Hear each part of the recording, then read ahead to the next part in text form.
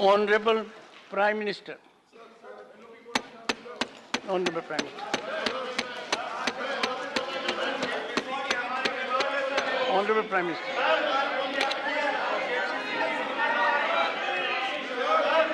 Honorable Prime Minister. आदरणीय सभापति जी, राष्ट्रपति जी के अभिभाषण पर धन्यवाद प्रस्ताव पर जो चर्चा चल रही है, उस चर्चा में शरीक होकर के मैं आदरणीय राष्ट्रपति जी का आदरपूर्वक धन्यवाद करता हूं। आदरणीय राष्ट्रपति जी का अभिनंदन करता हूं।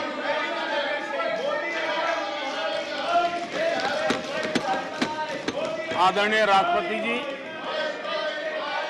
दोनों सदनों को संबोधित करते हुए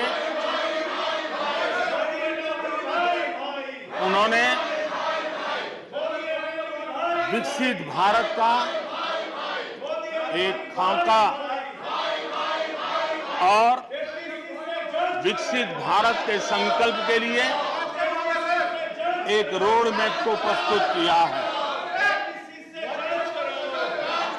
देश के लिए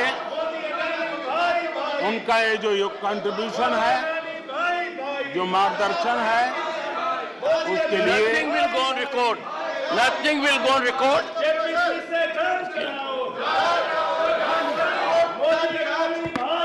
Honorable members, honorable members, honorable members, take your seat.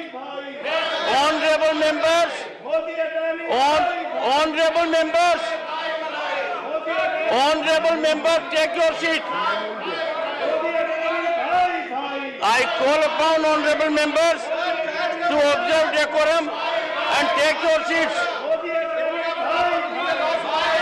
Honorable members,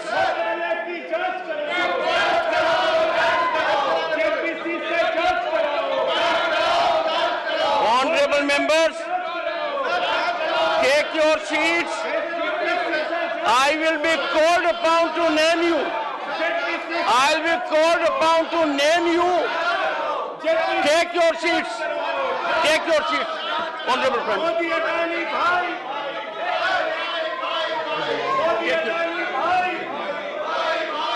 Honorable Prime Minister. Nothing will go on record except the Honorable Prime Minister's address. आदरणीय सभापति जी, मैं उन सभी सदस्यों का भी आभार व्यक्त करता हूं जिन्होंने इस चर्चा में भाग लिया, अपनी कल्पना के अनुसार चर्चा को विस्तार देने का प्रयास भी किया और इसलिए मैं सदन में हिस्सा लेने और चर्चा में हिस्सा लेने वाले सभी आदरणीय सदस्यों का धन्यवाद करता हूं। आदरणीय सभापति जी, ये सदन राज्यों का सदन है। बीते दशकों में अनेक बुद्धिजीवियों ने इस सदन से देश को दिशा दी है, देश का मार्गदर्शन किया है। इस सदन में अनेक साथी ऐसे हैं जो अपने व्यक्तिगत जीवन में भी बहुत कुछ सिद्धियां प्राप्त की हुई हैं, अपने व्यक्तिगत जीवन में बहुत बड़े काम भी किए हुए हैं और इसलिए इस सदन में जो भी बात होती है उस बात को देश बहुत गंभीरता से सुनता है और देश उसे बहुत गंभीरता से लेता है। लेकिन आदरणीय सभापति जी, ये भी दुर्भाग्यपूर्ण है, इतने महत्वपूर्ण सदन में कुछ लोगों का व्यवहार, कुछ लोगों की वाणी न सिर्फ सदन को लेकिन देश को निराश करने वाली रही।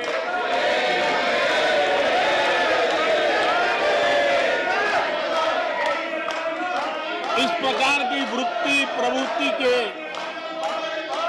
माननीय सदस्यों को मैं यही कहूंगा, कीचड़ उसके पास था, कीचड़ उसके पास था, मेरे पास गुलाल। कीचड़ उसके पास था, मेरे पास गुलाल। जो भी जिसके पास था उसने दिया उछाल।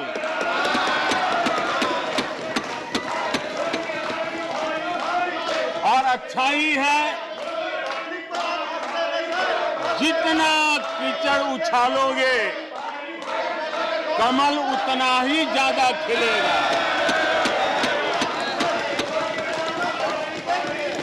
और इसलिए कमल खिलाने में आपका प्रत्यक्ष परोक्ष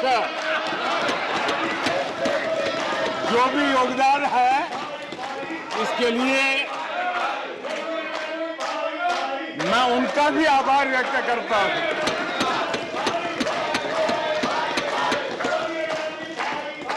आदरणीय सभापति जी, कल विपक्ष के हमारे वरिष्ठ साथी आदरणीय खड़गे जी ने कहा कि हमने 60 साल में मजबूत बुनियाद बना रहे थे, ऐसा कल आपने कहा। और उनकी शिकायत थी कि बुनियाद तो हमने बनाई और क्रेडिट मोदी ले रहा है। लेकिन आदरणीय सभापति जी, 2014 में आकर के जब मैंने बारीकी से चीजों को बड़ी गहराई से देखने का प्रयास किया, फर्स्ट हैंड इंफॉर्मेशन लेने का प्रयास किया, तो मुझे नजर आया कि 60 साल कांग्रेस के परिवार ने, हो सकता है उनका इरादा मजबूत नींव बनाने का हो, मैं उस पर कोई टिप्पणी करना नहीं चाहता, लेकिन 2014 के बाद आकर के मैंने देखा कि उन्होंने गड्ढे ही गड्ढे कर दिए थे। उनका इरादा नींव का होगा, लेकिन उन्होंने गड्ढे ही गड्ढे कर दिए थे। और आदरणीय सभापति जी, जब वो गड्ढे खोद रहे थे,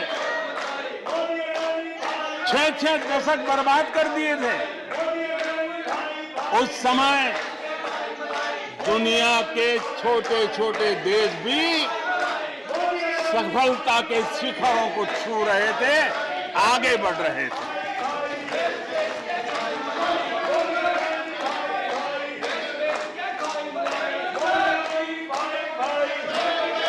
आदरणीय सभापति जी, उनका तो वो साल इतना अच्छा माहौल था कि पंचायत से लेकर के पार्लियामेंट तक उन्हीं की दुनिया चलती थी। इतना देश भी अनेक आशा अपेक्षाओं के साथ आंख बंद करके उनका समर्थन करता था।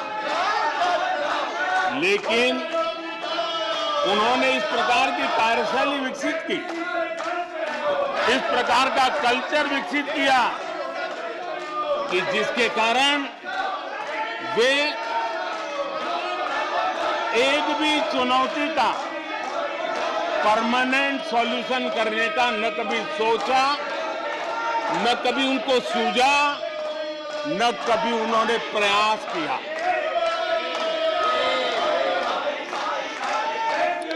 वे बहुत हो हल्ला हो जाता था तो चीजों को छू लेते थे,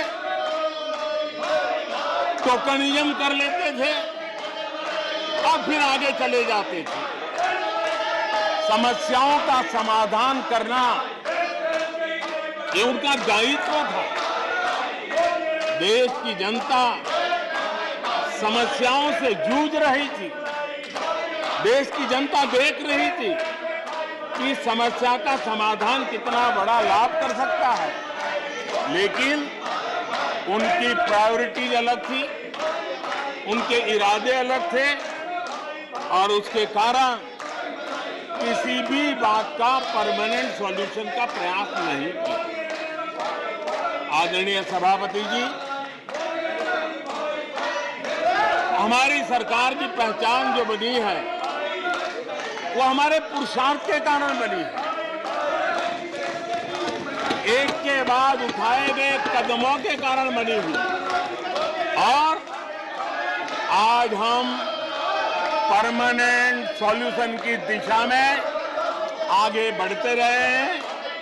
हम एक एक विषय को छू करके भागने वाले लोग नहीं, लेकिन देश की मूलभूत आवश्यकताओं को परमानेंट सॉल्यूशन पर बल देते हुए हम आगे बढ़ रहे हैं। आदरणीय सभापति जी, अगर मैं पानी का ही उदाहरण लूं तो वो जमाना था कि किसी गांव में एक हैंडपंप लगा दिया तो हफ्ते भर उसका उत्सव मनाया जाता था और उस टोकनिज्म से पानी का काम किया करके गाड़ी चलाई जाती थी। कल यहां गुजरात का जिक्र कर रहे थे, आप हैरान होंगे, सबसे ज्यादा सीटों से जीतने का उनका जो गौरव था, वैसे एक मुख्यमंत्री एक शहर में पानी की टंकी का उद्घाटन करने गए थे और वो फ्रंट पेज पर हेडलाइन न्यूज था। यानी समस्याओं का टोकनिज्म क्या होता है, कैसे टाला जाता है, ये कल्चर देश ने देखा है। हमने भी पानी की समस्या को सुलझाने के लिए रास्ते अपनाए। हमने जल संरक्षण, जल सिंचन हर पहलू पर ध्यान दिया। हमने कैच द रेन अभियान से जनता को जोड़ा। इतना ही नहीं, आजादी के पहले से अब तक हम सरकार में आने तब तक सिर्फ 3 करोड़ घरों तक नल से जल मिलता था। आदरणीय सभापति जी, पिछले 3-4 साल में आज 11 करोड़ घरों को नल से जल मिल रहा है। भारत पानी की समस्या जो हर परिवार की समस्या होती है, जीवन में उसके बिना चल नहीं सकता और भविष्य के संभावनाओं को भी देखते हुए हमने उसके समाधान के रास्ते चुने। आदरणीय सभापति जी, मैं एक और विषय पर भी जाना चाहता हूं। Empowerment of common people. बैंकों का राष्ट्रीयकरण हुआ था, इस बात से हुआ था कि गरीबों को बैंकों का अधिकार मिले, ऐसी बहानेबाजी की गई थी। लेकिन इस बैंक देश के आधे से अधिक लोग बैंक से दरवाजे तक नहीं पहुंच पाए। हमने परमानेंट सॉल्यूशन निकाला और जन धन अकाउंट का अभियान चलाया। बैंकों को मोटिवेट किया, ऑन बोर्ड लिया। पिछले 9 साल में ही 48 करोड़ जनधन बैंक खाते खोले गए। इसमें 32 करोड़ बैंक खाते ग्रामीण और कस्बों में हुए हैं, यानी देश के गांव तक प्रगति की मिसाल को ले जाने का प्रयास हुआ। कल खड़गे जी शिकायत कर रहे थे कि मोदी जी बार बार मेरे चुनावी क्षेत्र में आते हैं। वो कह रहे थे मोदी जी कलबुर्गी आ जाते हैं। मैं जरा खड़गे जी को कहना चाहता हूं, मैं आता हूं उसकी शिकायत करने से पहले ये भी तो देखो कि कर्नाटका में 1,70,00,000 जनधन बैंक अकाउंट खुले हैं। इतना ही नहीं, उन्हीं के इलाके में कलबुर्गी में 8 लाख से ज्यादा जनधन खाते खुले हैं। अब सभापति जी बताइए, इतने बैंक के खाते खुल जाए, इतना एम्पावरमेंट हो जाए, लोग इतने जागरूक हो जाए और किसी का इतने सालों के बाद खाता बंद हो जाए तो उनकी पीड़ा मैं समझ सकता हूं और बार बार उनका दर्द झलकता है। और मैं तो हैरान हूं, कभी कभी यहां तक कह देते हैं कि एक दलित को हरा दिया। अरे भाई, उसी इलाके की जनता जनार्दन है, उसने दूसरे दलित को जीता दिया। अब आपको जनता नकार दे रही है, आपको हटा रही है, आपका खाता बंद कर रही है और आप रोना यहां रो रहे हो। आदरणीय सभापति जी,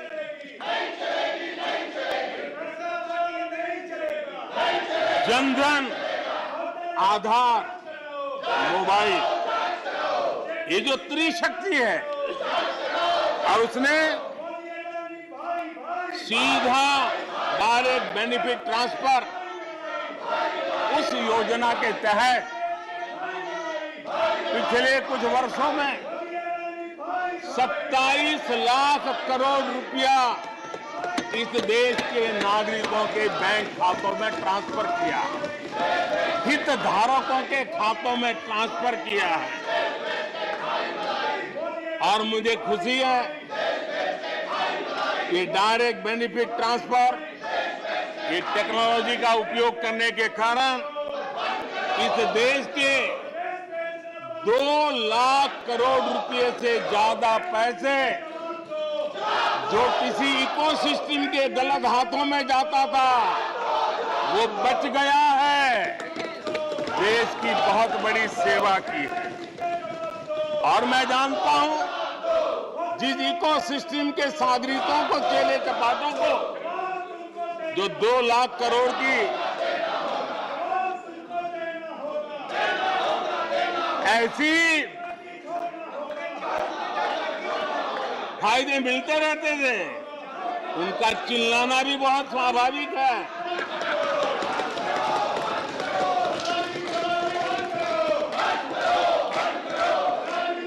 आदरणीय सभापति जी, हमारे देश में पहले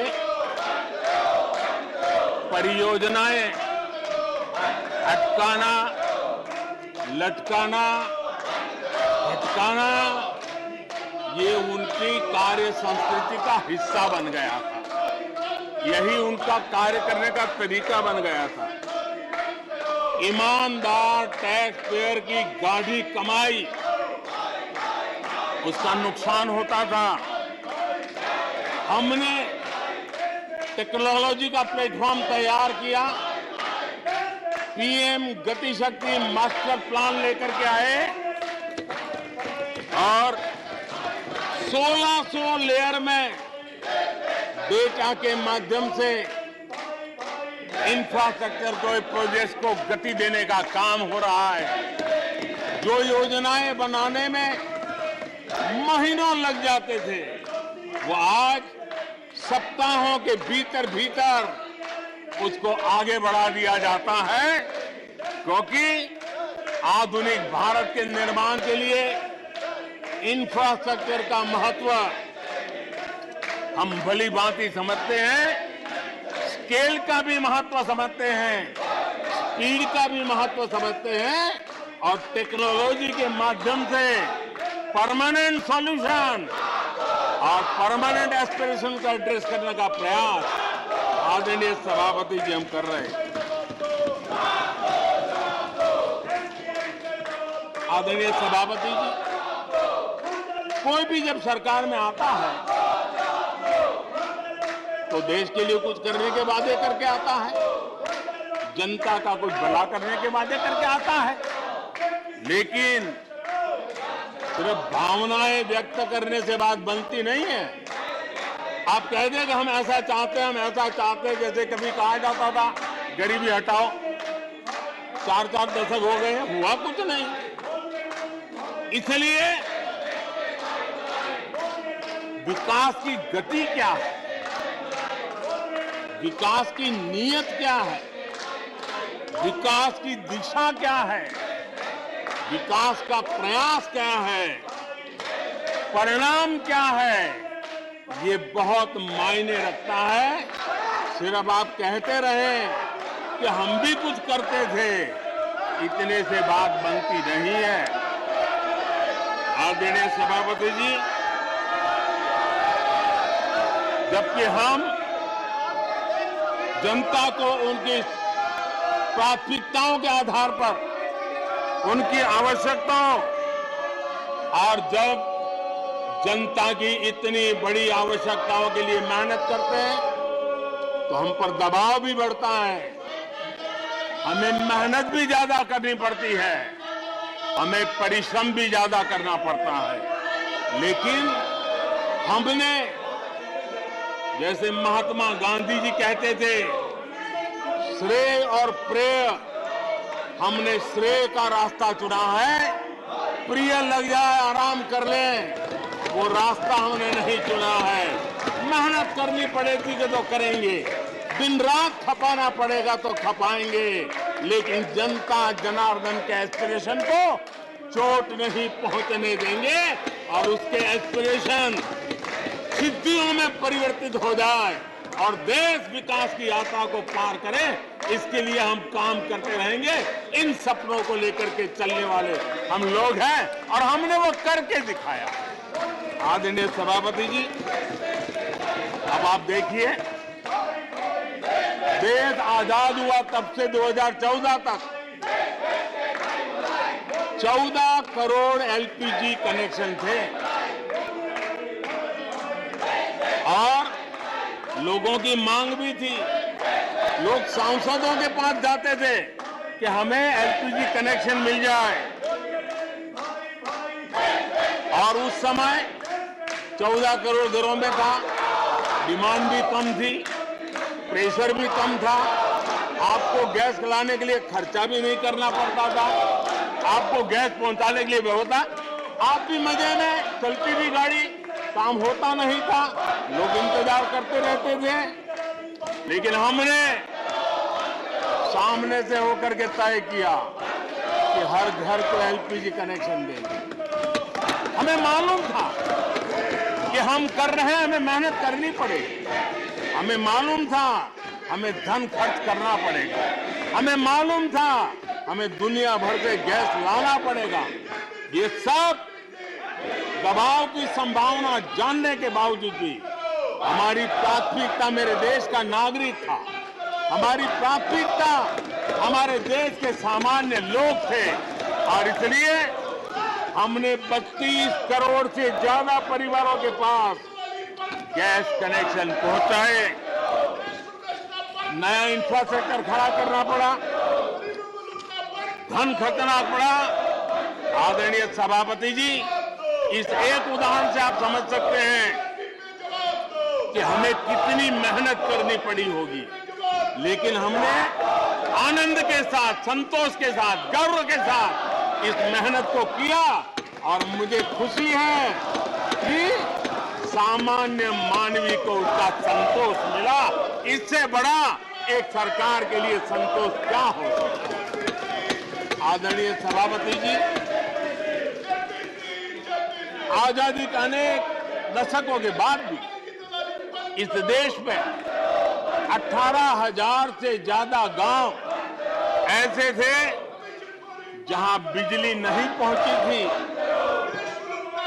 और ये गांव अधिकतर हमारे आदिवासी बस्ती के गांव थे, हमारे पहाड़ों पर जिंदगी गुजारने वालों के लोगों के गांव थे, जनजातीय से गांव थे, नॉर्थ ईस्ट के गांव थे।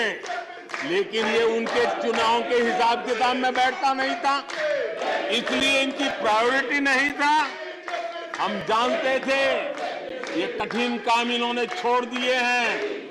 हमने कहा हम तो मक्खन पे लकीर करने वाले नहीं, पत्थर पे लकीर करने वाले लोग हैं। हम इस चुनौती को भी उठाएंगे, हम इस चुनौती को भी उठाएंगे। और हमने हर गांव में बिजली पहुंचाने का संकल्प उठाया। समय सीमा में 18,000 गांवों में बिजली पहुंचाई, और उस चुनौतीपूर्ण काम करने के पीछे गांवों में एक नई जिंदगी की अनुभूति हुई, उनका विकास तो हुआ, लेकिन सबसे बड़ी बात हुई देश की व्यवस्था पर उनका विश्वास बढ़ा। और विश्वास बहुत बड़ी ताकत होती है। जब देश के नागरिकों का विश्वास बनता है, तब वो लाखों करोड़ों गुना एक सामर्थ्य में परिवर्तित हो जाता है। वो विश्वास हमने जीता है और हमने मेहनत की, हमें मेहनत पड़ी, लेकिन मुझे खुशी है कि उन दूर दराज के गांवों को आजादी के इतने सालों के बाद नई आशा की किरण दिखाई दी, संतोष का भाव प्रकट हुआ, और वो आशीर्वाद आज हमें मिल रहे हैं।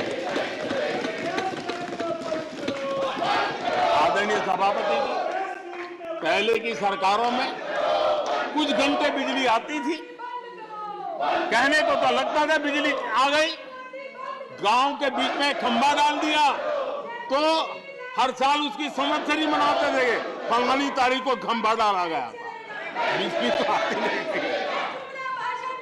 आज बिजली पहुंची इतना ही नहीं, औसत हमारे देश में 22 घंटे बिजली देने के प्रयास में हम सफल हुए।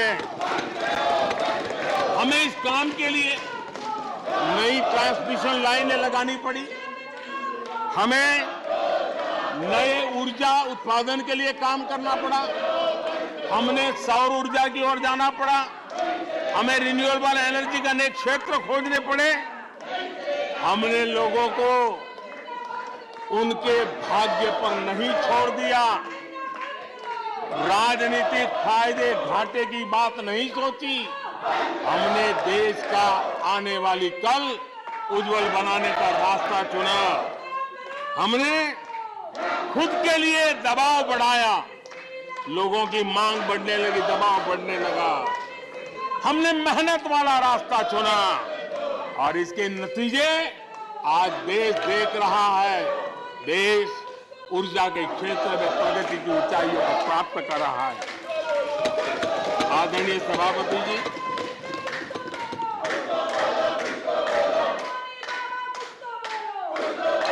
हमने आजादी के अमृत काल में एक बहुत बड़ा हिम्मत भरा कदम उठाया। मैं जानता हूं यह आसान नहीं है, हमें बहुत मेहनत करनी पड़ेगी, और वो रास्ता हमने चुना है सैचुरेशन का।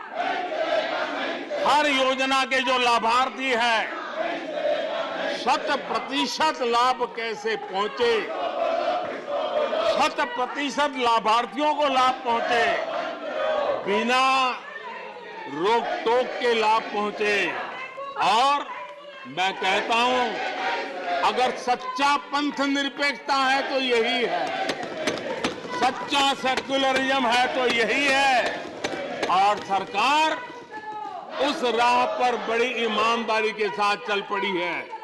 अमृत काल में हमने सैचुरेशन का संकल्प लिया है। 100% लाभार्थियों तक पहुंचने का भाजपा एनडीए सरकार का ये संकल्प है। आदरणीय सभापति जी, ये 100% वाली बात, ये सैचुरेशन वाली बात, देश की अनेक समस्याओं का समाधान तो है ही। उस नागरिक की समस्याओं का समाधान इतना ही नहीं है, देश की समस्याओं का समाधान है। एक ऐसी नई कार्य संस्कृति को लेकर के हम आ रहे हैं जो देश में मेरा तेरा अपना पराया उन सारे भेदों को मिटाने वाला रास्ता है। सैचुरेशन वाला हम लेकर के आए।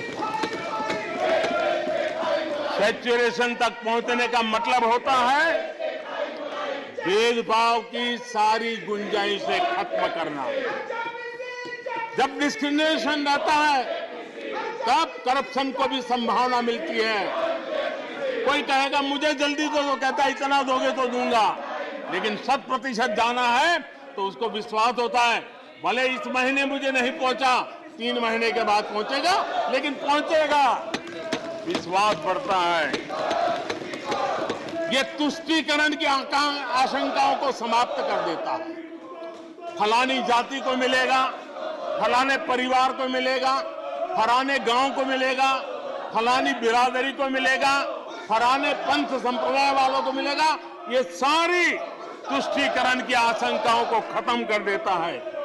स्वार्थ के आधार पर लाभ पहुंचाने की प्रवृत्ति को पूरी तरह खत्म कर देता है और समाज के आखिरी व्यक्ति को, जो आखिरी पंक्ति में खड़ा हुआ व्यक्ति है, और महात्मा गांधी जिसकी हमेशा वकालत करते थे, उसके अधिकारों की रक्षा इसके अंदर समाहित होती है और हम उसको सुनिश्चित करते हैं।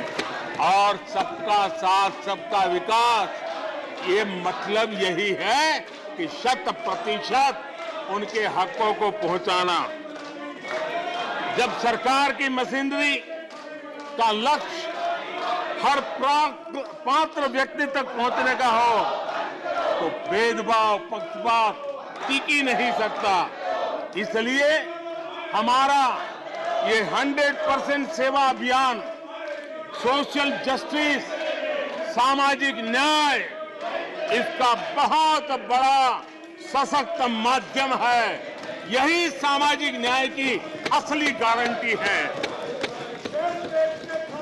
यही सच्ची पंथ निरपेक्षता है, यही सच्चा सेक्युलरिज्म है। हम देश को विकास का ये मॉडल दे रहे हैं जिसमें हितधारक सबको उनके हक मिले। देश हमारे साथ है। कांग्रेस को बार बार देश नकार रहा है, लेकिन कांग्रेस और उसके साथी अपनी साजिशों से बाज नहीं आते हैं और जनता ये देख भी रही है और उनको हर मौके पर सजा भी देती रही। आदरणीय सभापति जी, हमारे देश की आजादी में 1857 से लेकर के स्वतंत्र संग्राम का कोई भी दशक उठा लीजिए, हिंदुस्तान का कोई भी भूभाग उठा लीजिए, मेरे देश की आजादी की लड़ाई में मेरे देश के आदिवासियों का योगदान स्वर्णिम पृष्ठ से भरा पड़ा हुआ है। गर्व होता है देश को कि मेरे आदिवासी भाइयों ने आजादी के महात्म्य को समझा था, लेकिन दशकों तक मेरे आदिवासी भाई विकास से वंचित रहे और विश्वास का सेतु तो कभी बन ही नहीं पाया। आशंकाओं से भरी हुई व्यवस्था बनी और उन नौजवानों के मन में बार बार सरकारों के लिए सवाल उठते चले गए, लेकिन उन्होंने सही नीयत से काम किया होता, नेक नीयत से काम किया होता, आदिवासियों के कल्याण के प्रति समर्पण भाव से काम किया होता, तो आज 21वीं सदी के तीसरे दशक में मुझे इतनी मेहनत नहीं करनी पड़ती। लेकिन उन्होंने नहीं किया।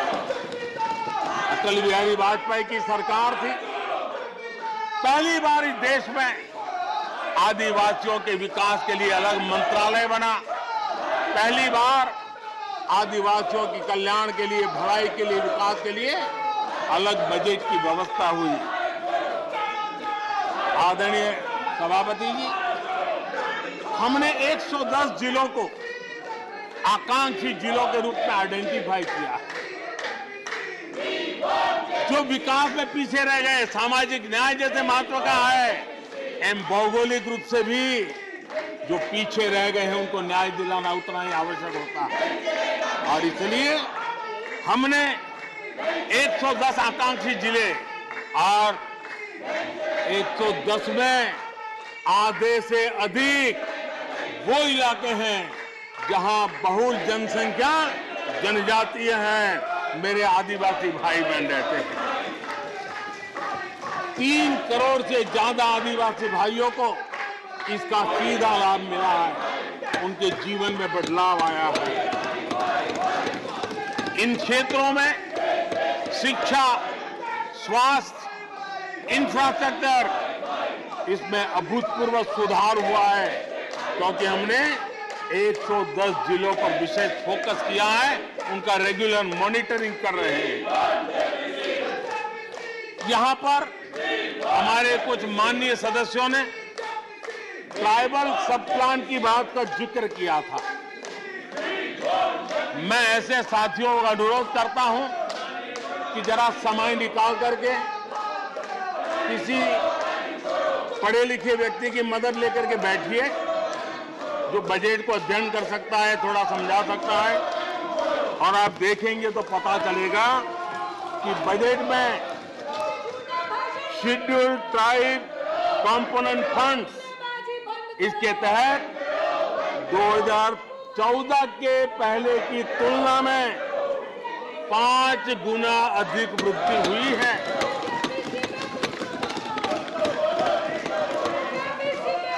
आदरणीय सभापति जी, 2014 के पहले जब उनकी सरकार थी, तब एलोकेशन 20-25 हजार करोड़ रुपए के आसपास रहता था।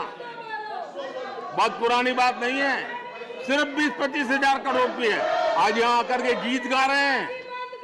हमने आकर के इस वर्ष 1,20,000 करोड़ का प्रावधान किया। हमने बीते 9 वर्षों में हमारे आदिवासी, हमारे जनजातीय भाई बहनों के उज्जवल भविष्य के लिए और बच्चों के उज्जवल भविष्य के लिए 500 नए एकलव्य मॉडल स्कूल स्वीकृत किए हैं, और ये 4 गुना ज्यादा बढ़ोतरी है। इतना ही नहीं, स्कूलों में टीचर, स्टाफ, इस बार हमने 38,000 नए लोगों के रिक्रूटमेंट का, हमने भर्ती का इस बजट में प्रावधान किया। आदिवासियों के कल्याण के लिए समर्पित हमारी सरकार ने, मैं जरा आपको फॉरेस्ट राइट एक्ट की बात की तरफ ले जाना चाहता हूं। आदरणीय सभापति जी, देश आजाद होने से लेकर हमारे आने से पहले, 2014 के पहले, आदिवासी परिवारों को 14 लाख जमीन के पट्टे दिए गए थे। पिछले 7-8 वर्षों में हमने 7 लाख नए पट्टे दिए। यह अभूतपूर्व काम हुआ है। हमारे आने से पहले 23,000 सामुदायिक पट्टे दिए गए थे। 23,000। हमारे आने के बाद 80,000 से अधिक सामुदायिक पट्टे दिए गए हैं। लिप सिंपैथी बता करके आदिवासियों की भावनाओं के साथ खेलने के बजाय अगर कुछ किया होता तो आज मुझे इतनी मेहनत न करनी पड़ती और ये काम पहले आराम से हो जाता, लेकिन ये उनकी प्रायोरिटी में नहीं था। आदरणीय सभापति जी, इनकी अर्थनीति, उनकी समाज नीति, उनकी राजनीति वोट बैंक के आधार पर ही चलती रही और उसके कारण समाज की जो बेसिक ताकत होती है, स्वरोजगार के कारण देश की आर्थिक गतिविधि बढ़ाने वाला जो सामर्थ्य होता है, इन्होंने हमेशा नजरअंदाज कर दिया। उनको वो इतने छोटे लगते थे, इतने बिखरे हुए लगते थे, तो उसका उनको कोई मूल्य ही नहीं था। जो छोटे छोटे काम में जुड़े हुए, जो स्वरोजगार के ऊपर समाज पर बोझ बने बिना समाज में कुछ न कुछ वैल्यू एडिशन करते हैं, उनके प्रति दुर्लक्ष्य किया गया। छोटे काम में जुटे इन करोड़ों लोगों को भुला दिया गया। मुझे गर्व है कि मेरी सरकार ने रेहड़ी वाले, ठेले वाले, फुटपाथ पर व्यापार करने वाले लोगों की सुन ले, ब्याज के चक्कर में जिनके जीवन तबाह हो जाते थे, दिन भर का पसीना ब्याज खोरों के घर जाकर के चुकाना पड़ता था, उन गरीबों की चिंता हमने की, उन रेहड़ी ठेले पटरी वालों की चिंता हमने की। और आदरणीय सभापति जी, हमने इतना ही नहीं, हमारे विश्वकर्मा समुदाय जो समाज निर्माण के अंदर एक भूमिका देते हैं, जो अपने हाथ से औजार की मदद से कुछ न कुछ सृजन करते रहते हैं, समाज की आवश्यकताओं की बहुत बड़ी मात्रा में पूर्ति करते हैं। चाहे हमारा बंजारा समुदाय हो, चाहे हमारे गुमंत जाति के लोग हैं, हमने उनकी चिंता करने का काम किया है। पीएम स्वनिधि योजना हो, पीएम विश्वकर्मा योजना हो, जिसके द्वारा हमने समाज के इन लोगों की मजबूती के लिए काम किया है, उनके सामर्थ्य को बढ़ाने के लिए काम किया। आदरणीय सभापति जी, आप तो स्वयं किसान पुत्र हैं। इस देश के किसानों के साथ क्या बीती है, ऊपर के कुछ एक वर्ग को संभाल लेना और उन्हीं से अपनी राजनीति चलाए रखना, यही सिलसिला चला। इस देश की कृषि की सच्ची ताकत छोटे किसानों में है। 1 एकड़ 2 एकड़ भूमि का वो बड़ा मुश्किल से 80-85% इस देश का ये वर्ग है। इन छोटे किसान उपेक्षित थे, उनकी आवाज कोई सुनने वाला नहीं था। हमारी सरकार ने छोटे किसानों पर ध्यान केंद्रित किया, छोटे किसानों को फॉर्मल बैंकिंग के साथ जोड़ा। आज साल में 3 बार सीधे पीएम किसान सम्मान निधि छोटे किसान के खाते में जमा होती है।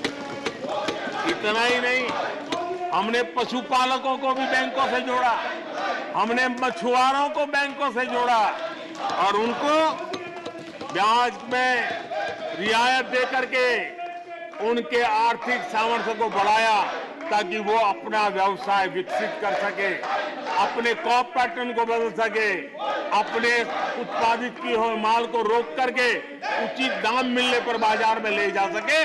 उस दिशा में हमने काम किया। आदरणीय सभापति जी, हम जानते हैं हमारे देश के बहुत सारे किसान ऐसे हैं कि जो बरसाती पानी पर उनको गुजारा करना पड़ता है। सिंचाई की व्यवस्था ये पिछली सरकारों ने की नहीं। हमने और देखा है कि ये छोटे किसान पानी बरसाती के भरोसे जीने वाले, मोटे अनाज की खेती करते हैं, पानी होता नहीं है। ये मोटे अनाज की खेती करने वाले किसानों को हमने विशेष स्थान दिया। हमने यूएन को लिखा कि मिलेट ईयर मनाइए, दुनिया में भारत के मोटे अनाज की एक ब्रांडिंग बने, मार्केटिंग बने, और उसके सुविचारित रूप से अब उस मोटे अनाज को श्री अन्न के रूप में, जैसे श्रीफल का महात्मा है, वैसे ही श्री अन्न का महात्मा बने और छोटे किसान जो पैदावार करते हैं उनको उचित दाम मिले, ग्लोबल मार्केट मिले, देश में क्रॉप पैटर्न में परिवर्तन आए। और इतना ही नहीं, ये मिलेट सुपर फूड है, पोषण के लिए बहुत बड़ी ताकत है। हमारे देश के नई पीढ़ी को पोषण की समस्या के समाधान में भी ये काम आए, जो मेरे छोटे किसान को भी मजबूत करेगा। हमने फर्टिलाइजर में भी अनेक नए विकल्प डेवलप किए हैं, उसका भी लाभ मिल रहा है। आदरणीय सभापति जी,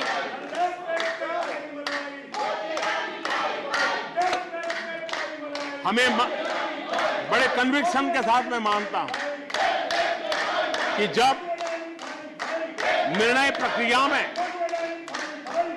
माताओं बहनों की भागीदारी बढ़ती है तो परिणाम अच्छे मिलते हैं, जल्दी मिलते हैं और निर्धारित लक्ष्य को प्राप्त करने वाले होते हैं।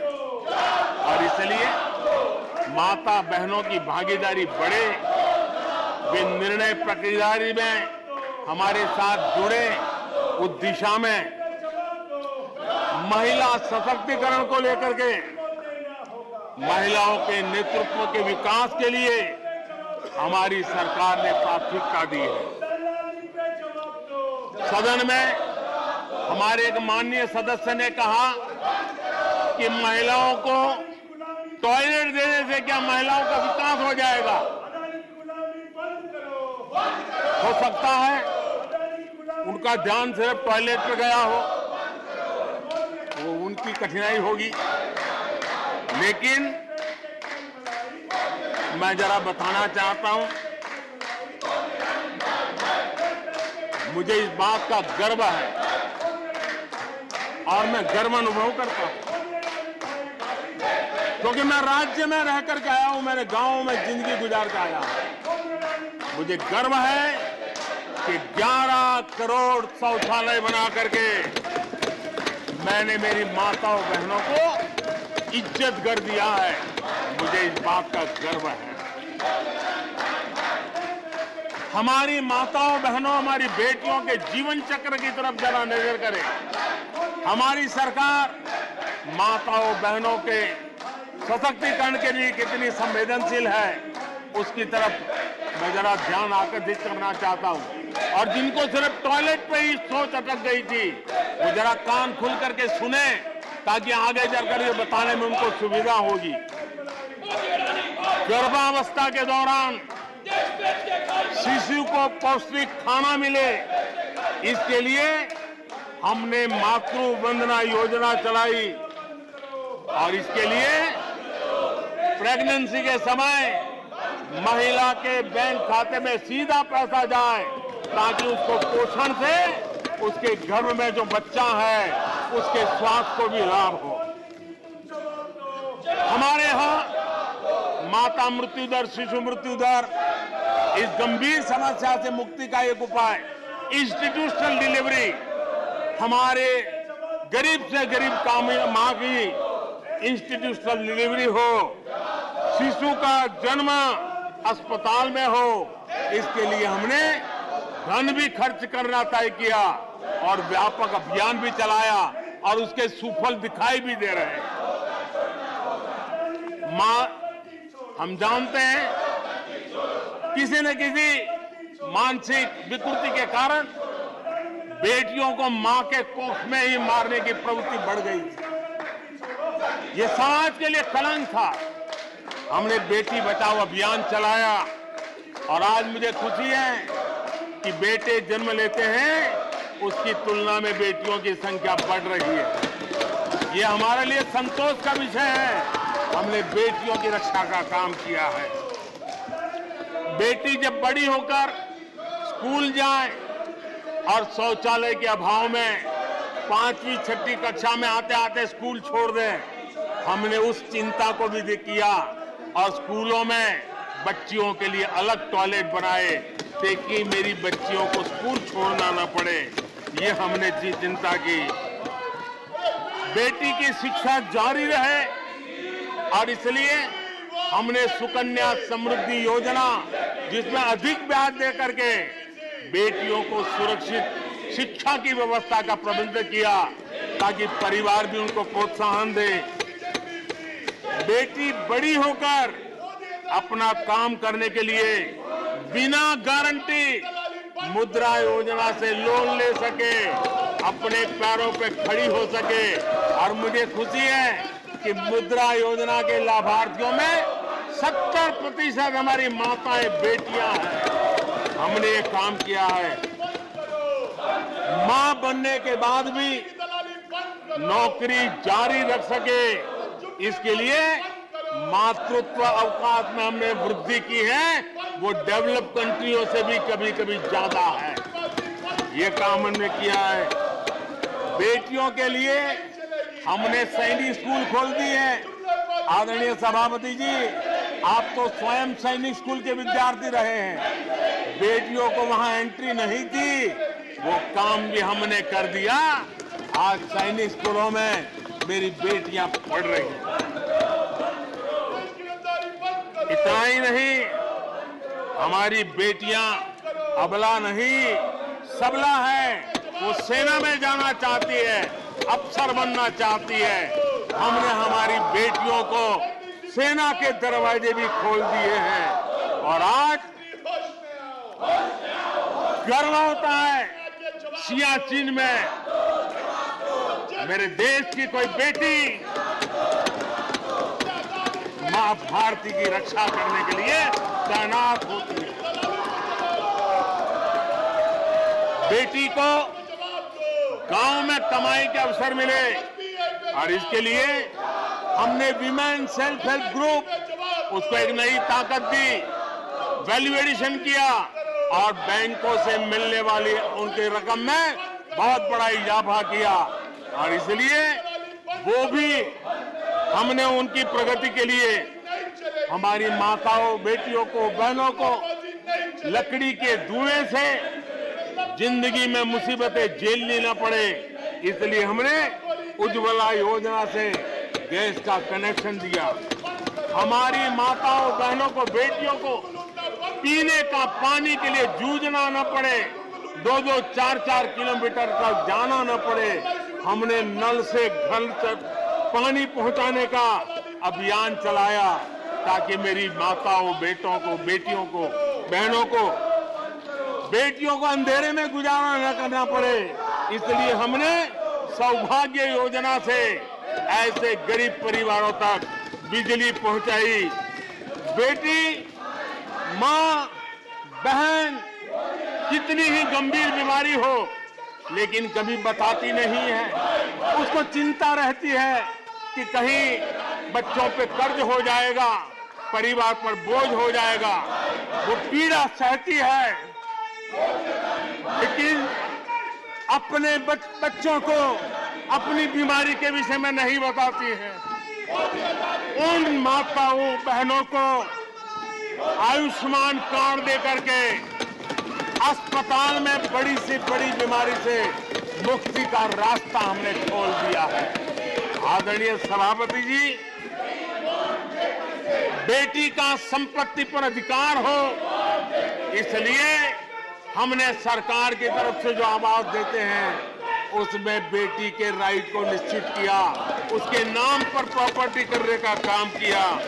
हमने महिला सशक्तिकरण के लिए हमारी माताओं, बहनों को जो भी छोटी मोटी बचत कर लें, मुसीबत झेल करके बचत करना माताओं, बहनों का स्वभाव होता है और वो घर में अनाज के डिब्बे में पैसे रख करके गुजारा करती है। उस मुसीबत में निकाल के हमने उसको जनधन के खाते दे दिए।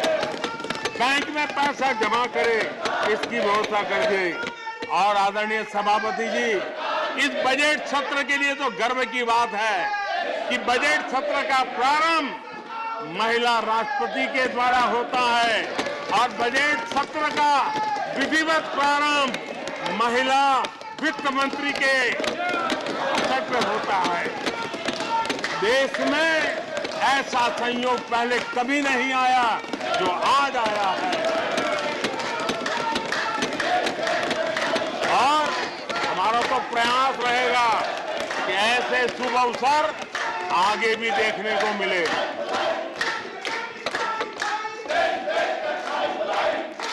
आदरणीय सभापति जी, जब देश को आधुनिक होना है, नए संकल्पों को पार करना है, तो हम साइंस और टेक्नोलॉजी के सामर्थ्य को नकार नहीं सकते। साइंस और टेक्नोलॉजी के महात्मा को हमारी सरकार भली भांति समझती है, लेकिन हम टुकड़ों में नहीं सोचते, हम टोकनिज्म में नहीं सोचते हैं। हम साइंस और टेक्नोलॉजी की तरफ से देश को आगे बढ़ाने के लिए हर दिशा में काम कर रहे हैं, सार्वत्रिक प्रयास कर रहे हैं, अनेकविध इनिशिएटिव ले रहे हैं।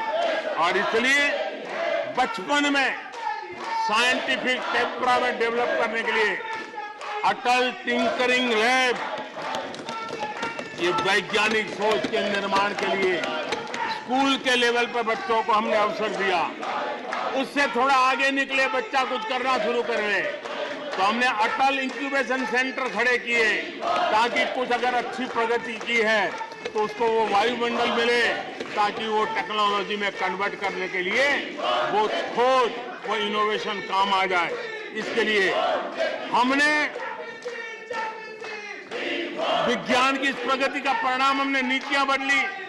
स्पेस के क्षेत्र में अब प्राइवेट भागीदारी का हमने सपना पूरा किया और मुझे खुशी है मेरे देश के नौजवान आज प्राइवेट सैटेलाइट छोड़ने की ताकत रखते हैं। ये साइंस एंड टेक्नोलॉजी। आज स्टार्टअप की दुनिया जो मूलतः साइंस और टेक्नोलॉजी से जुड़ी हुई है, उसमें यूनिकॉर्न की संख्या में आज हम दुनिया में तीसरे नंबर पर पहुंच गए हैं। आदरणीय सभापति जी, आज ये देश गर्व करेगा कि सर्वाधिक पेटेंट इनोवेशन और दुनिया के बाजार में टिकता है पेटेंट, ये सबसे अधिक पेटेंट रजिस्टर करने में आज मेरे देश के नौजवान आगे आ रहे हैं। आदरणीय सभापति जी, आधार की ताकत क्या होती है वो हमारी सरकार ने आके दिखा दिया। और आधार से जुड़े हुए जो विद्वान लोग हैं उन्होंने भी कहा है कि आधार के महत्व को, टेक्नोलॉजी के महत्व को 2014 के बाद समझा गया और उसके कारण वो मेहनत अब रंग ला रही है। हमने देखा है कोविड के काल में कोविन प्लेटफॉर्म 200 करोड़ वैक्सीनेशन और सर्टिफिकेट कोविन का आपके मोबाइल पर विदिन ए सेकंड आ जाता है। लेकिन दुनिया को अचंभा तब हुआ कि भारत अपनी वैक्सीन लेकर के आ गया है कोविड में। दुनिया के लोग अपनी वैक्सीन, हमारे यहाँ कोई बहुत बड़ा मार्केट था, बेचने के लिए भांति भांति के प्रेशर करते थे, आर्टिकल लिखे जाते थे, टीवी में इंटरव्यू दिए जाते थे, सेमिनार किए जाते थे। इतना ही नहीं, मेरे देश के वैज्ञानिकों को बदनाम करने के लिए, उनको नीचा दिखाने के लिए कल तक प्रयास चले, कल तक प्रयास चले, कल तक प्रयास चले। और मेरे ही देश के वैज्ञानिकों ने आज दुनिया में जिसको स्वीकृति मिली है ऐसी वैक्सीन से, मेरे देशवासियों का ही नहीं 150 देशों के लोगों की आवश्यकताओं को पूरी किया जाता है। ये विज्ञान विज्ञान के विरोधी लोग, ये टेक्नोलॉजी के विरोधी हैं।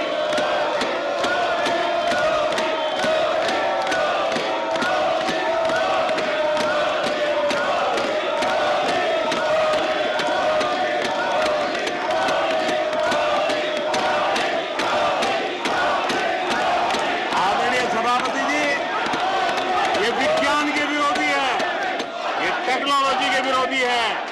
हमारे वैज्ञानिकों को बदनाम करने का कोई मौका नहीं छोड़ते। फार्मेसी की दुनिया में हमारा देश एक ताकत बन के उभर रहा है। दुनिया की फार्मेसी का हब बन रहा है। हमारे नौजवान नए नए इनोवेशन कर रहे हैं, उसको बदनाम करने के रास्ते खोज रहे हैं ये लोग। उनको देश की चिंता नहीं है, अपने राजनीतिक उठापटक की चिंता है। ये दुर्भाग्य है देश का। आदरणीय सभापति जी, आज मैं बाली में था। G20 देश के समूह डिजिटल इंडिया इसको समझने के लिए लालायित रहते थे। सक्सेस को पूरी दुनिया ने प्रभावित किया है। डिजिटल लेन देन में आज हिंदुस्तान दुनिया का लीडर बना हुआ है। आदरणीय सभापति जी, हमें खुशी है आज 100 करोड़ से ज्यादा मोबाइल फोन मेरे देशवासियों के हाथ में है। आदरणीय सभापति जी, एक समय था हम मोबाइल इंपोर्ट करते थे। आज गर्व है मेरा देश मोबाइल एक्सपोर्ट कर रहा है। 5G हो, AI हो, IoT हो, उस तकनीक को आज देश बहुत तेज गति से अपना रहा है, उसका विस्तार कर रहा है। ड्रोन, इसका इस्तेमाल सामान्य जीवन में हो, सामान्य नागरिक की भलाई हो। हमने पॉलिसी में वो बदलाव किया और दवाइयां दूर सुदूर इलाकों में ड्रोन से पहुंचाने का काम आज मेरे देश में हो रहा है।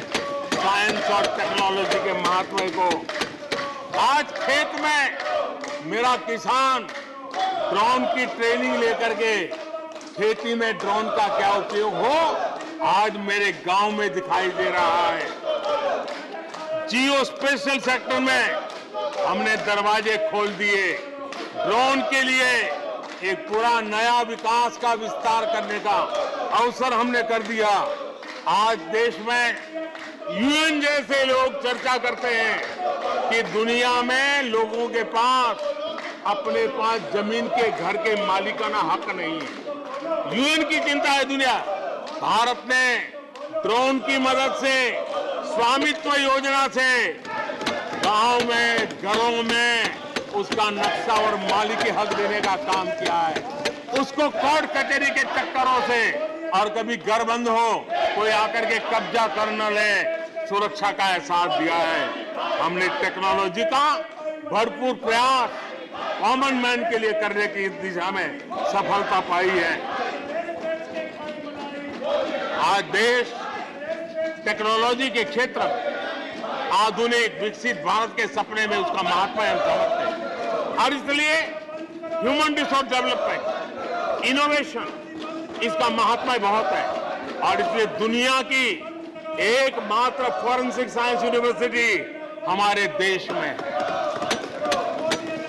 हमने गति शक्ति यूनिवर्सिटी बना करके इंफ्रास्ट्रक्चर की दुनिया में एक नई पहल की है।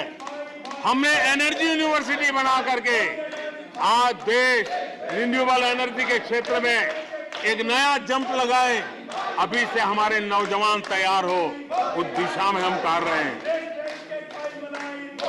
हमारे देश में टेक्नोक्रेट की तरफ, इंजीनियर्स की तरफ, साइंस की तरफ नफरत करने में कांग्रेस ने अपने शासनकाल में कोई कमी नहीं रखी है और साइंस और टेक्नोलॉजी को सम्मान देने में हमारे कार्यकाल में कोई कमी नहीं रखी है। ये हमारा रास्ता है।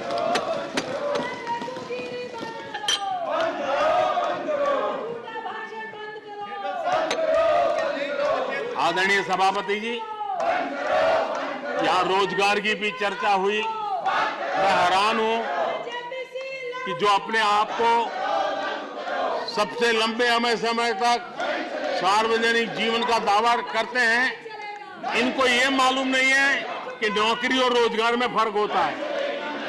जिनको नौकरी और रोजगार का फर्क समझ नहीं है, वो हमें उपदेश दे रहे हैं। आदरणीय सभापति जी, नए नए नैरेटिव गढ़ने के लिए आधी अधूरी चीजों को पकड़ करके झूठ फैलाने के प्रयास हो रहे हैं। बीते 9 वर्ष में अर्थव्यवस्थाओं का जो विस्तार हुआ है, नए सेक्टर्स में रोजगार की नई संभावनाएं बनी। आज ग्रीन इकोनॉमी में देश जिस प्रकार से आगे बढ़ रहा है, उसने ग्रीन जॉब की बहुत बड़ी संभावनाएं धरती पर उतार करके दिखाई है और अधिक संभावनाएं बनी हुई है। डिजिटल इंडिया के विस्तार से डिजिटल इकोनॉमी, उसका भी एक नया क्षेत्र। आज सर्विस सेक्टर में डिजिटल इंडिया एक नई बुलंदी पर है। 5 लाख कॉमन सर्विस सेंटर, गांव के अंदर एक कॉमन सर्विस सेंटर में 2-2, 5-5 लोग रोजी रोटी कमाते हैं। और दूर सुदूर जंगलों के छोटे छोटे गांव में भी कॉमन सर्विस सेंटर में आज हमारे देश की आवश्यक सेवाएं गांव के लोगों को एक बटन पर उपलब्ध हो, ये व्यवस्था हुई है। डिजिटल इकोनॉमी ने अनेक नए रोजगार की संभावनाएं पैदा की। आदरणीय सभापति जी, 90,000 रजिस्टर्ड स्टार्टअप, इसने भी रोजगार के नए द्वार खोले हैं। अप्रैल से नवंबर 2022 के दौरान ईपीएफओ पेरोल में 1 करोड़ से अधिक लोग जोड़े गए हैं। 1 करोड़ से अधिक लोग। आदरणीय सभापति जी,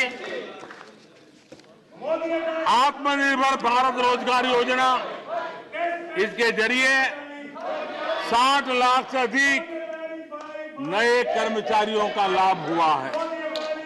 आत्मनिर्भर भारत अभियान के तहत हमने अपने उद्यमियों के लिए स्पेस, डिफेंस, ड्रोन, माइनिंग, कोल, अनेक क्षेत्रों को खोला है, जिसके कारण रोजगार की संभावना में नई गति आई है। और देखिए, हमारे नौजवानों ने इन सारे कदमों का आगे आकर के अवसर लिया, उठाया है, उसका फायदा।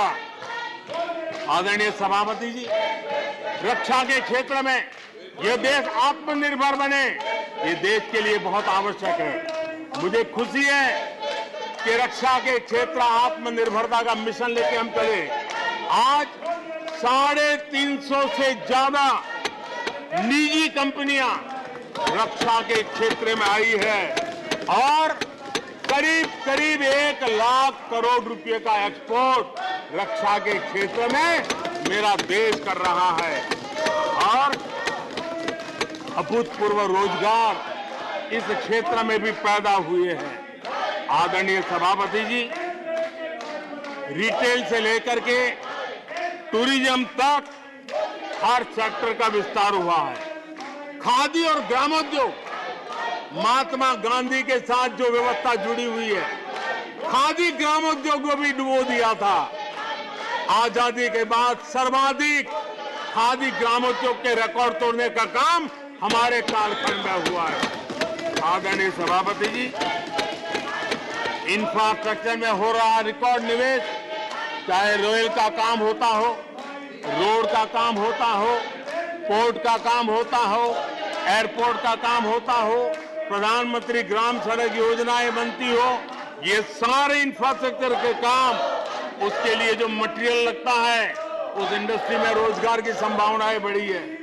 हर जगह निर्माण कार्य के अंदर मजदूर से लेकर मैकेनिक तक हर प्रकार के रोजगार की संभावनाएं, इंजीनियर से लेकर के श्रमिक तक हर किसी के लिए रोजगार के नए अवसर बने हैं। और उसी के कारण यूथ विरोधी नीति लेकर के चले हुए लोगों को आज यूथ नकार रहा है। और यूथ के भलाई के लिए हम जिन नीतियों को लेकर के चल रहे हैं, इसको आज देश स्वीकार कर रहा है। आदरणीय सभापति जी, यहां भी ये भी कहा गया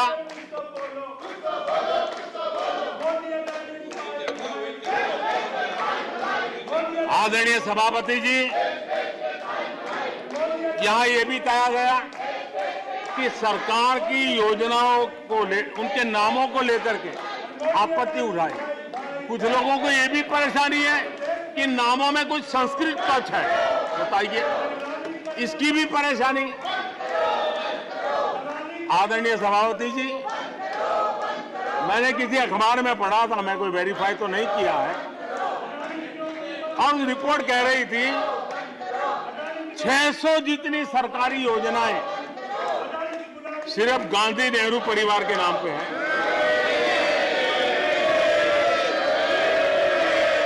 आदरणीय सभापति जी, किसी कार्यक्रम में अगर नेहरू जी के नाम का उल्लेख नहीं हुआ तो कुछ लोगों के बाल खड़े हो जाते हैं, उनका लहू एकदम गर्म हो जाता है कि नेहरू जी का नाम क्यों नहीं दिया।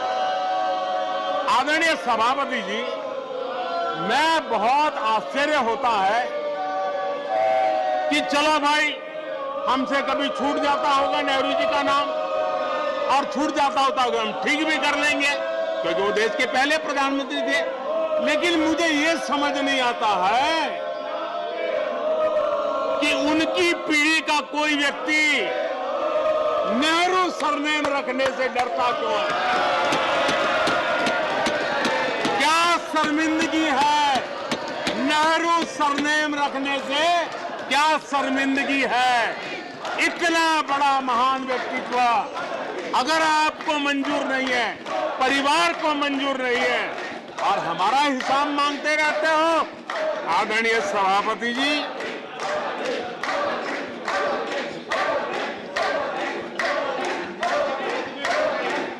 कुछ लोगों को समझना होगा, ये सदियों पुराना देश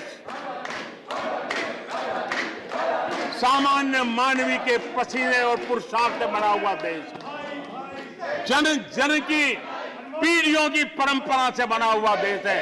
ये देश किसी परिवार की जागीर नहीं है। हमने मेजर ध्यानचंद जी का नाम पर खेल रत्न का पुरस्कार कर दिया। अंडमान में नेताजी सुभाष के नाम पर, स्वराज के नाम पर हमने द्वीपों का नामकरण किया। हमें गर्व हो रहा है। नेताजी सुभाष बोस के योगदान के लिए देश गर्व करता है, हम गर्व करते हैं। इतना ही नहीं, जो लोग आए दिन हमारे देश की सेना को नीचा दिखाने का मौका नहीं छोड़ते, हमने इन द्वीपों को परमवीर चक्र प्राप्त करने वाले सेनानियों के नाम कर दिया। आने वाली सदियों तक कोई हिमालय की चोटी एक एवरेस्ट व्यक्ति के नाम पर एवरेस्ट बन गई। मेरे द्वीप समूह मेरे परमवीर चक्र विजेता, मेरे देश के सेनानियों के नाम कर दिया। ये हमारी श्रद्धा है, ये हमारी भक्ति है, और उसको लेकर के हम चलते हैं। आदरणीय और इससे आपको तकलीफ है, और तकलीफ व्यक्त भी हो रही है। हर एक की तकलीफ व्यक्त करने के रास्ते अलग होंगे। हमारा रास्ता है सकारात्मक। कभी कभी, अब ये सदन है, एक प्रकार से राज्यों का महात्मा है, हम पर ऐसे भी आरोप लगाए जाते हैं कि हम राज्यों को परेशान करते हैं। आदरणीय सभापति जी, मैं लंबे अरसे तक राज्य का मुख्यमंत्री रह करके आया हूं। फेडरलिज्म का क्या महत्व होता है वो भली भांति समझता हूं, उसको जी करके आया हूं, और इसलिए हमने कोऑपरेटिव कॉम्पिटिटिव फेडरलिज्म पर बल दिया है। आओ हम पर्दा करें, हम आगे बढ़े, हम सहयोग करें, हम आगे बढ़े, उस दिशा में हम चले हैं। हमने हमारी नीतियों में नेशनल प्रोग्रेस का भी ध्यान रखा है और रीजनल एस्पिरेशन को भी एड्रेस किया है। National progress and regional aspiration, इसका परफेक्ट कॉम्बिनेशन हमारी नीतियों में दिखा है, क्योंकि हम सब मिलकर के 2047 तक एक विकसित भारत का सपना पूरा करने के लिए चल पड़े हैं। लेकिन जो लोग आज विपक्ष में बैठे हैं, उन्होंने तो राज्यों के अधिकारों की धज्जियां उड़ा दी। जरा मैं कच्चा चिट्ठा आज खोलना चाहता हूं।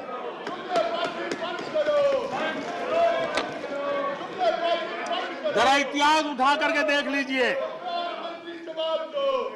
वो कौन पार्टी थी, वो लोग कौन सत्ता में बैठे थे जिन्होंने आर्टिकल 356 का सबसे ज्यादा दुरुपयोग किया।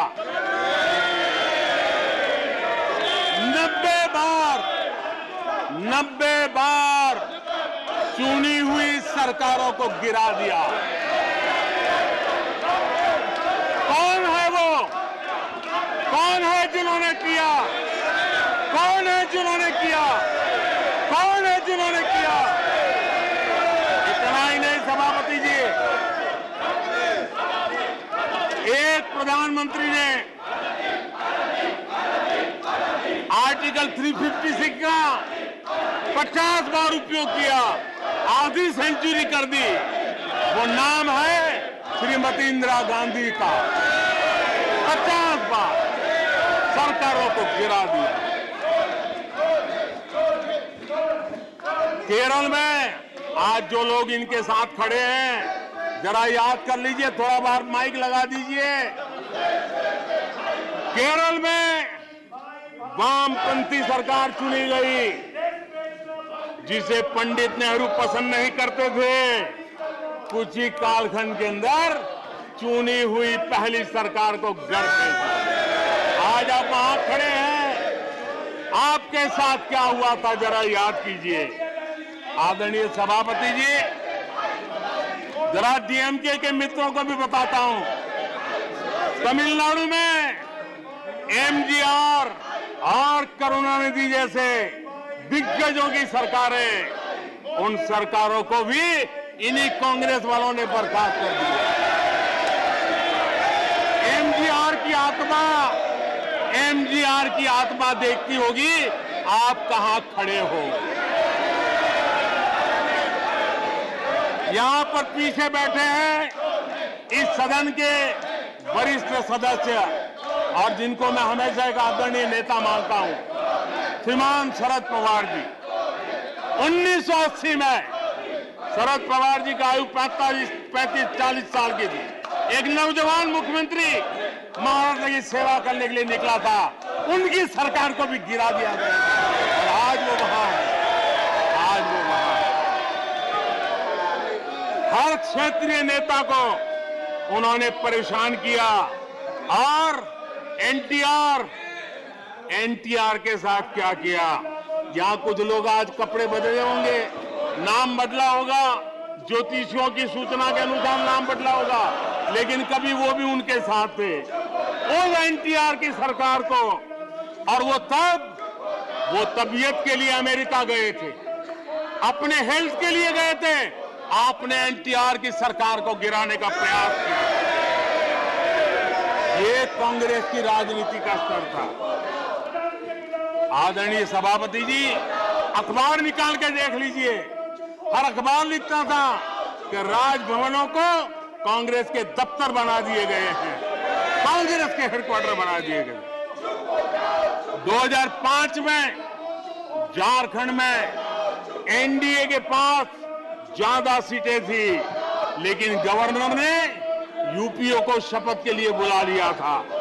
1982 में हरियाणा में भाजपा और देवीलाल के पास प्री पोल उनका एग्रीमेंट था, उसके बावजूद भी गवर्नर ने कांग्रेस की सरकार के लिए निमंत्रण कर दिया था। ये कांग्रेस के पाप, और आज देश को गुमराह करने की बातें कर रहे हैं। आदरणीय सभापति जी, मैं एक बात को जानना चाहता हूं, मैं एक गंभीर विषय की ओर अब ध्यान देना भी चाहता हूं। महत्वपूर्ण विषयों को मैंने स्पर्श किया है और आज देश में आर्थिक नीतियों की जिनको समझ नहीं है, जो 24 घंटा राजनीति के सिवाय कुछ सोचते नहीं है, जो सत्ता के खेल खेलना यही जिनको सार्वजनिक जीवन का काम दिखता है, उन्होंने अर्थनीति को अनर्थ नीति में परिवर्तित कर दिया। मैं उनको चेतावनी देना चाहता हूं और मैं इस सदन की गंभीरता के साथ उनसे कहना चाहता हूं कि अपने रिस्पेक्टिव स्टेट को जाके समझाएं कि ये गलत रास्ते पर न चले जाएं। हम हमारे पड़ोस के देशों का हाल देख रहे हैं कि वहां पर क्या हाल हुआ है, अनाप शनाप कर्ज लेकर के किस प्रकार के देशों को डुबो दिए गए। आज हमारे देश में भी तत्कालीन लाभ के लिए अगर भुगतान करेगा तो आने वाली पीढ़ी करेगी। हम तो कर्ज करो जीपीओ वाला खेल आने वाला देखेगा। ये कुछ राज्यों ने अपनाया है, वो उनका तो तबाह कर देंगे, देश को भी बर्बाद कर देंगे। अब देश अब कर्ज के तले दबते जा रहे हैं। ये देश आज दुनिया में उनको कर्ज देने के लिए कोई तैयार नहीं है। ये मुसीबतों से गुजर रहे हैं। मैं राजनीतिक वैचारिक मतभेद हो सकते हैं, दलों के विषय में एक दूसरे के प्रति टीका टिप्पणी हो सकती है, लेकिन देश की आर्थिक सेहत के साथ खिलवाड़ मत कीजिए। आर्थिक सेहत के साथ खिलवाड़ मत कीजिए। आप ऐसा कोई पाप मत कीजिए जो आपके बच्चों के अधिकारों को छीन ले और आज अपना मौज कर लें और बच्चों के नसीब में बर्बादी छोड़ के चले जाए। ऐसा करके न जाए। आज आपको पॉलिटिकली सूट कर, मैंने तो देखा एक सरकार, एक मुख्यमंत्री ने बयान दिया कि भाई अब ठीक है, मैं तो निर्णय करता हूं, अभी मुसीबत मुझे कहां आएगी, 2030-32 के बाद आएगी, जो आएगा वो भुगतेगा। क्या कोई देश ऐसे चलता है क्या? लेकिन ये जो वृत्ति बन रही है वो बहुत चिंता का विषय है।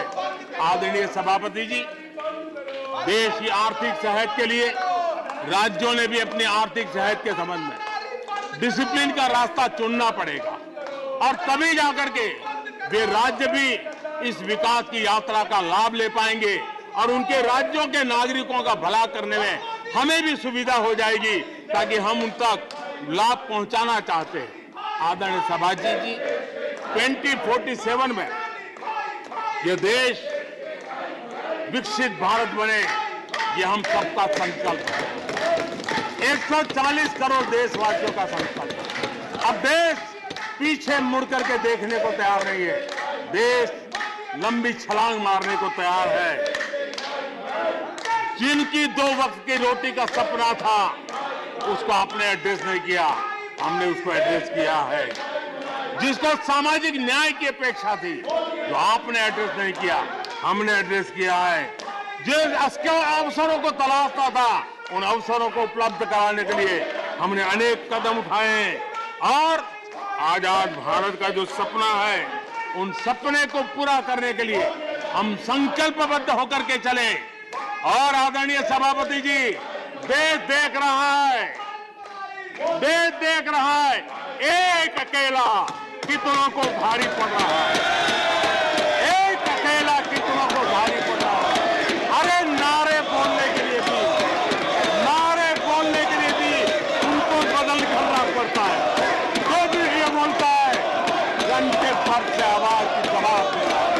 आदरणीय सभापति जी, एक कन्विक्शन के कारण चला हूं, देश के लिए जीता हूं, देश के लिए कुछ करने के लिए निकला हुआ हूं। और इसलिए ये राजनीतिक खेल खेलने वाले लोग, उनके अंदर वो हौसला नहीं है, वो ढूंढ रहे हैं, बचने का रास्ता खोज रहे हैं। आदरणीय सभापति जी, राष्ट्रपति जी के उम्दा भाषण को, राष्ट्रपति जी के मार्गदर्शक भाषण को, राष्ट्रपति जी के प्रेरक भाषण को इस सदन के अंदर अभिनंदन करते हुए, धन्यवाद करते हुए, आपका भी आभार व्यक्त करते हुए अपनी बात को समाप्त करता हूं।